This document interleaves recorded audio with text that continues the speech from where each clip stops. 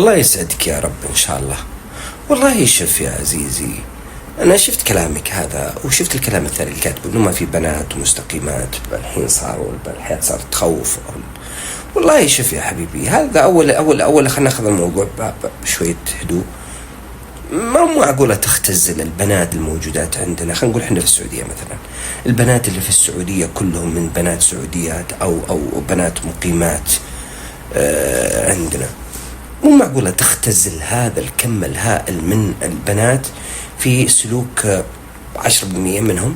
خلينا نقول 20%. تبي تقول لي أبى أمشي معك، تبي تقول لي 50%، أبى أمشي معك 50%. في 50% آخر لا يوجد فكرة 100%. هذه شغلة لازم نحطها. 100% أنت ما تتقبلها، فسكب هذه النقطة إنه ما عاد في بنات.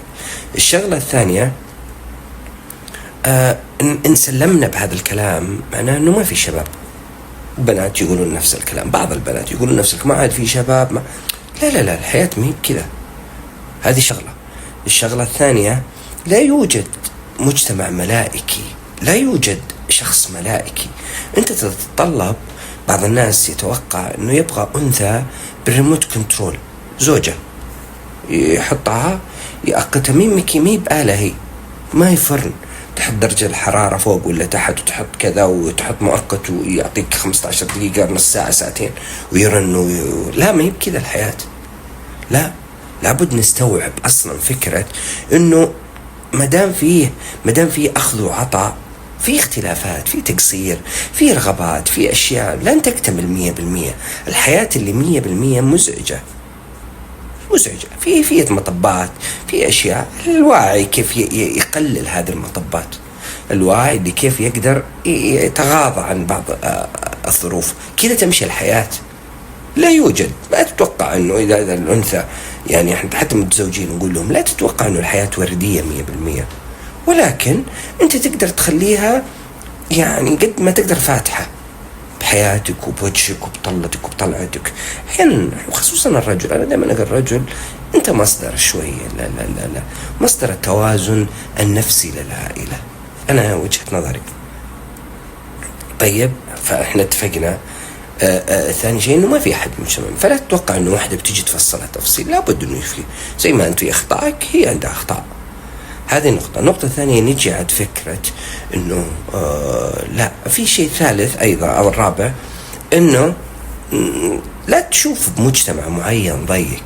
لا تروح انت راعي، تروح كفي بمناطق معينة باشياء معينة وتشوف البنات، فتروح أنت لهذا المكان ولا هذا المجتمع وتتوقع أنه كل البنات زي كذا. لا، مو صحيح. لا تختزل البنات في مجتمعك الضيق الصغير. مجتمع كبير جدا، اطلع من المجتمع ده. بالعكس، في بنات يعني اسألني أنا أتكلم، أنا أشتغل في العيادة لي كم في بنات، يعني أقسم بالله العظيم يعني أفضل مما تتوقع، وفكر وواعيات ونضج، فكر عالي ونضج عالي وذرابة عالية واتزان عالي موجود. الأعمال هذا يشتغلون وبكل مكان. لا تختزل أنت التصرفات تصرفين أنت ما تحبه.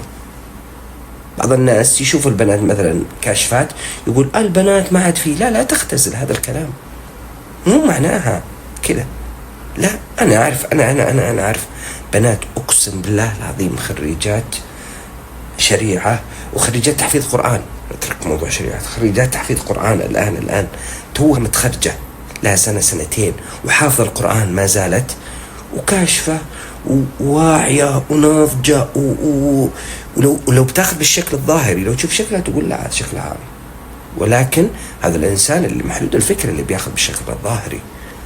الحقيقة انك تاخذ الانسان ككتلة، مو عشان سوى شغلتين انت ما تعجبك او ما تناسبك او ما تربيت عليها يصير كل الغلط. ما اختزل انا والله واحد شاب لابس شورت وفي مكان عادي يلبس فيه شورت، اختزل كل حياته وشخصيته ممكن عقل وفكر والله عشانه لابس شورت. اوكي، الشورت ما يعجبني، تتعلق على الشورت، ولكن مو معنى هذا انه تجي تقول ما في شباب وانه هذا سيء وانه تظلمه كمان.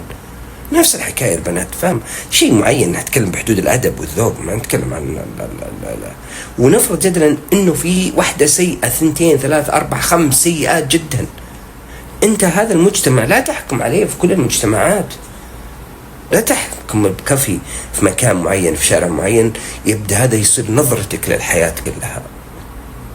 الشغلة الثانية، كل ما كانت أفكارنا إيجابية وإيماننا بالله قوي، زي ما قلنا المرة اللي راحت لما تكلمنا عن قانون الظن بالله، إنه الله بيرزقني بنت الحلال الجودية اللي تسنعني للحياة وكذا، هذا بيزيدا أصلا، بيبدأ ربي يسخر لي هذه الفرص. بس أنا إذا كل ما قعدت ما في بنات، ما بنات صاروا سيئات، البنات ما أدري إيش فيهم، اللي فيهم اللي يخطيهم اللي يسوي، بعدين أبدأ أختزل هذا الكم الهائل من التجارب، إنه لا مو صحيح، أنا طبيعي أنا بجر هذا. إذا كذا بتجر لنفسك الأشياء السلبية والناس السلبية، لا تروح لأماكن، روح أماكن نظيفة، روح أماكن مرتبة، الرياض كبيرة مرة إذا أنت بتشوف. شيء ثاني، استعين بأحد أنت تثق برايه، إذا أنت مرة شايف، استعين بأحد أنت تثق برايه، أخت، خالة، عمة، حتى لو بنت خالة، كلم خالتك ولا ولد خالك، هلا والله أنا فلانة عاقلة أتذكرها وواعية، أنا أتمنى أنها تشوف لي واحدة من طرفها، عادي تكلم خالتك، تكلم بنت عمك ولا ولد عمك، تكلم أخته عادي، إذا أنت تتكلم معه مثلا. فأنت هذا جزء، هذه طريقة. ولكن قبل هذا كله لا تختزل البنات في سلوكيات، يعني في سلوكيات براسك أنت، خطوط حمراء خلاص أي واحدة تسويها ترى إكس. لا، ارجع عد هذا الإطار اللي أنت حاطه للأنثى، عيده. ممكن يكون مشوه أصلا، ممكن يكون مو صحيحي، ممكن يحتاج التعديل. الحياة تغيرت والعمر تغير والثقافة المجتمعية تغيرت والبلد تغير والناس تغيروا، مو معقولة أنا أبقى بنظرتي وبثقافتي القديمة. ولكن يوجد بنات، نعم يوجد بنات، البنات الكويسات وجهة نظري أفضل من أكثر من البنات الغير كويسات، هذا وجهة نظري يعني. وإذا احدى خطأ يمين يسار عاجبنا ولا مو بعاجبنا، شيء بينه وبين ربه ولا ما نختزل هذه الأنثى وهذا الفكر وهذا الحياة وهذه الشخصية وهذا النجاحات في موقف ولا موقفين. هذا ظلم لا، وظلم لي أنا أصلا، مو بصحي. المفروض انه انا اعرف شلون يعني افصل الامور. كيف انه انا لازم افصل الامور؟ احنا مشكلتنا اذا كرهنا شيء ولا ما حبينا شيء نعطي الصورة كاملة. الرسول صلى الله عليه وسلم كان قاعد، فمرت كان قاعد هو الصحابة، فمرت منه قدامه جنازة، فقام ووقف لها، فقالوا الصحابة يهودي يا رسول الله. اختزلوا اليهودي الإنسان في دينه، اختزلوا الصحابة وقتها كلامهم ذا، الإنسان في دينه. إيش نظرهم الرسول صلى الله عليه وسلم؟ قال أوليست هي نفس؟ مو بنفس دي؟ لا، افصلوا، نتكلم عن النفس. قمت احتراما وتقديرا للإنسانية، ما عمره سب ولا قال ايه طز في هذا يهودي ولا في، لا ما سوى. شفنا العامل اللي عنده أو الخادم اللي عنده والجار اليهودي، قصص كثيرة عند الرسول صلى الله عليه وسلم.